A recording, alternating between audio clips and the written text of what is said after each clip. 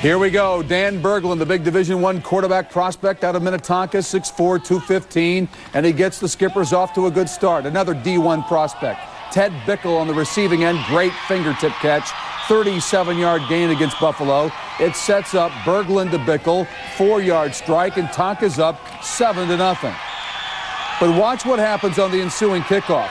Number 11 is Tyler Anderson for Buffalo. He will field the kickoff and then hand it off to number 21, Ryan Olson.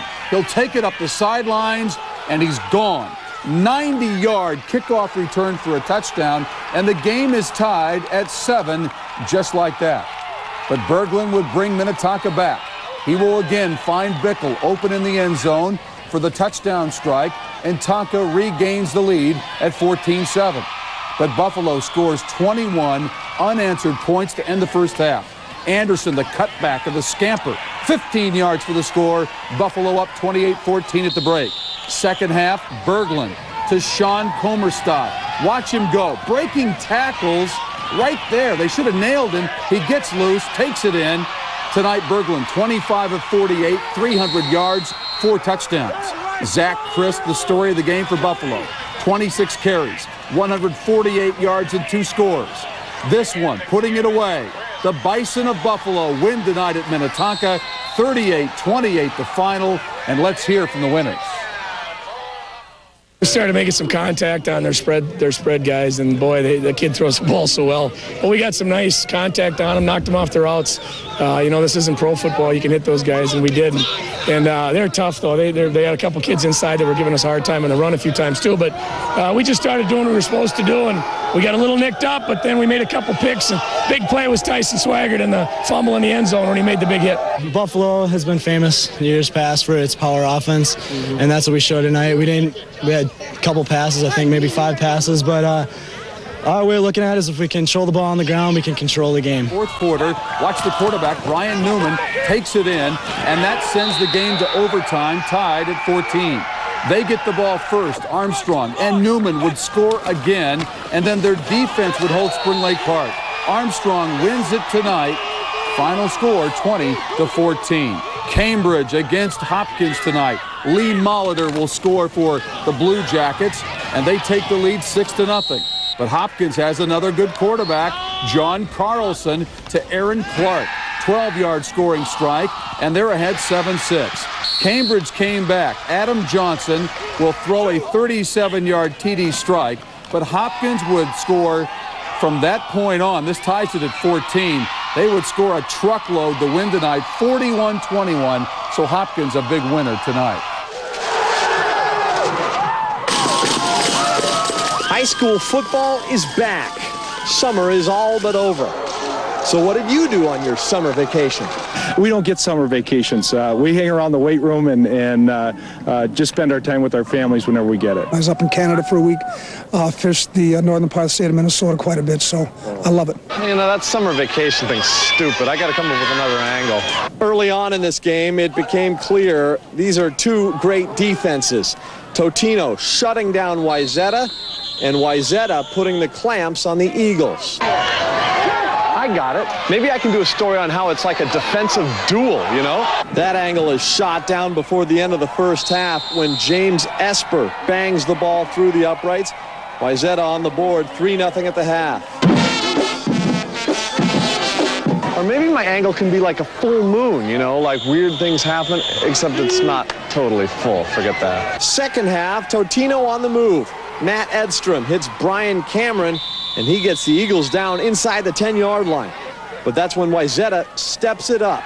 Marcus Coleman corrals Matt Edstrom, flinging him down for a 15-yard loss. Defense played great. We knew when the defense had to step it up to win this game. We knew Totino was going to come hard. You know, we came hard on the D-line. The whole defense stepped up. Totino tries again at the end zone, but Justin Stanglin can't get to it. And that's as close as Totino gets to scoring tonight. You know what? I give up. I'm just going to give the mic to someone else. That's my angle. That's the angle. Come on, Beaver on TV, man. All right, I think the game's going pretty well. Wayzata's coming out really strong, but Tim and Ted Pastures are holding the defense together, and I think they're going to pull it off in the second half, and I think it's going to be a really good game. Ooh, buddy, man. That didn't work out as well as I'd hoped. Back to the drawing board. Fourth quarter, and Totino begins threatening one last time. A great diving catch by Jeff Snegoski, and the Eagles are in business. Maybe it can be like that you lose your voice or something. Let's go, Eagles! Come on, Eagles!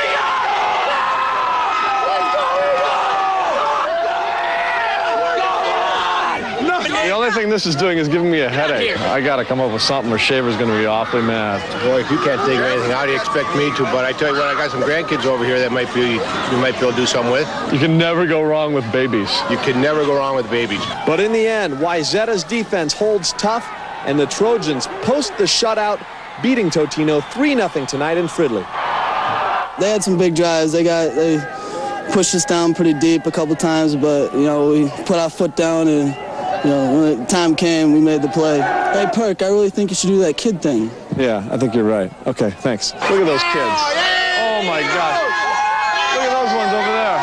Oh, yeah. Eric Perkins, Carol Evans Sports. You're beautiful.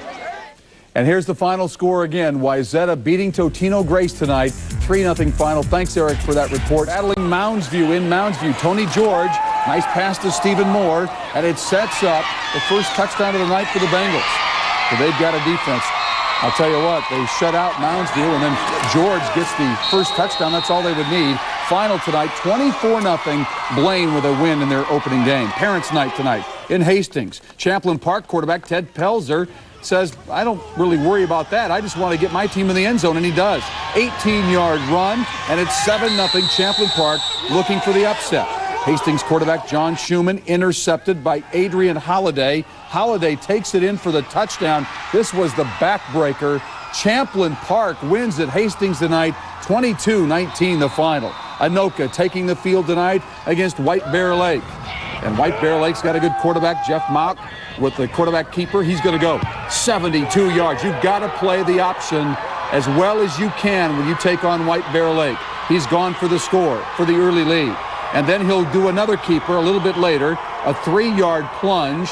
White Bear Lake leading 17-7 at this point. They go on to win tonight, 24-7 the final. Woodberry against Elk River tonight. Woodberry's got a new head coach, Paul Herzog, who comes over from North St. Paul, making his debut. Third quarter, trailing 15-6 until Dave Ugay takes it 20 yards for the touchdown. 2-point conversion's good. Woodberry cuts the lead to 1. Still in the third, it's Ugay again. This time he takes it in from 24 yards out. They go 0 for 2 and they fail again. They lead it 20-15 at this point. In the fourth quarter, Elk River on the comeback. Joel Cordy, 3-yard TD. The 2-point conversion's no good. It's Elk River 21-20. Woodberry completes the comeback, however, to win it. 34-28 the final. Woodberry a winner. Park against Coon Rapids. And Lee Sourcellet with the big sack for Coon Rapids against Park tonight. And that would lead to a Coon Rapids touchdown. Trevor Bialke will score from 23 yards out. Coon Rapids wins this game in a close one. 10-6 final over Park of Cottage Grove. Quarterback Nick Vanderboom to Liam O'Hagan, touchdown strike. This makes it 20-0 Mustangs over Brooklyn Center at this point. Vanderboom goes to work again. Nice fake here, and then he rolls out and finds Mark Jagala. Nice TD strike, and Breck wins easily, 45-6 the final. Whoops. And Ross Heyman can't handle the punt. It's blocked by Jefferson. They chase it down into the end zone for the touchdown, and Lakeville leads 7-6 after the conversion fails.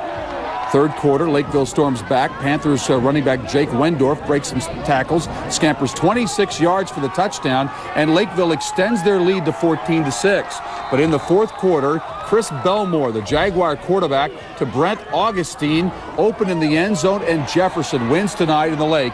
17-14 was the final score.